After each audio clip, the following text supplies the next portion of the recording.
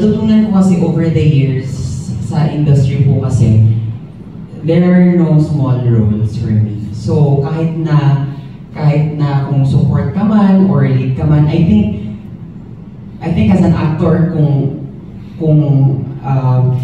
hasa ka sa craft mo, mas iisipin mo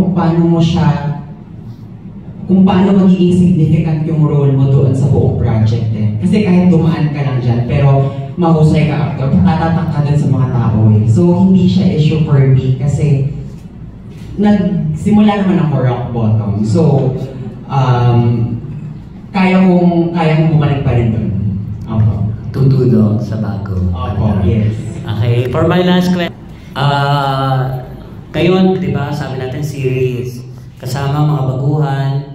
Pag nabigyan kayo ng pagkakataon na magkaroon ng BL series, pero this time, yung mga malalaking pangalan sa industriya, sino yung mga gusto nyo makatrabaho na medyo daring yung magiging mga eksena, katulad ginagawa nila Jerome Ponce, nila DJ Marquez. Kayo ba merong in mind na if ever nagagawa ako ng BL na grabe, si ganito yung gusto kong makatrabaho, makahalikan, makasama sa bed scene, mga ganon? Ako siguro si Tommy. Labrusca. Why? Kasi parang Saga. hindi ko kasi great kayo. Very hot. PBB. Ayun, parang sa bahay. Kapasok sa bahay. Ayun, siya ko. Oo, bakit? Kasi ayun nga. Si Balik kasi. Kasi magka-hype kami, tapos gusto ko kasi yung looks nila parang masungit din. Tsaka palaban din siya eh. So tatapatan natin siya. Palaban na. Wow! Si June. Ako po, kung mangangarap na lang din naman po, tatasan ko na si Piolo Pascual. Wow!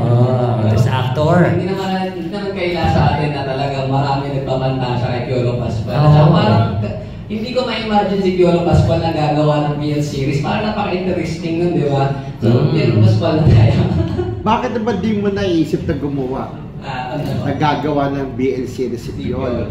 Parang wala sa karakter niya na gumawa ng BL kasi malaking artista siya eh. So parang mahirap siyang pahuhuin sa mga ganung bagay. Mahal mo, bigla magbaga, di ba? Oo. Mag-treat kasi lahat meron na siya eh. May mga award na, di ba? Sa akin na, no? Oo!